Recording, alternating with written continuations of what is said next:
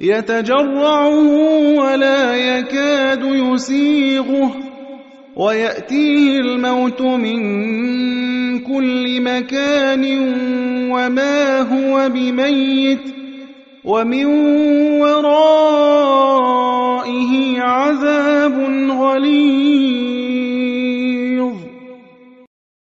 وقال الشيطان لما قضي الأمر إن الله وعدكم وعد الحق ووعدتكم فأخلفتكم وما كان لي عليكم من سلطان إلا أن دعوتكم فاستجبتم لي فلا تلوموني ولوموا أنفسكم ما أنا بمصرخكم وما أنتم بمصرخي إني كفرت بما أشركتمون من قبل إن الظالمين لهم عذاب أليم.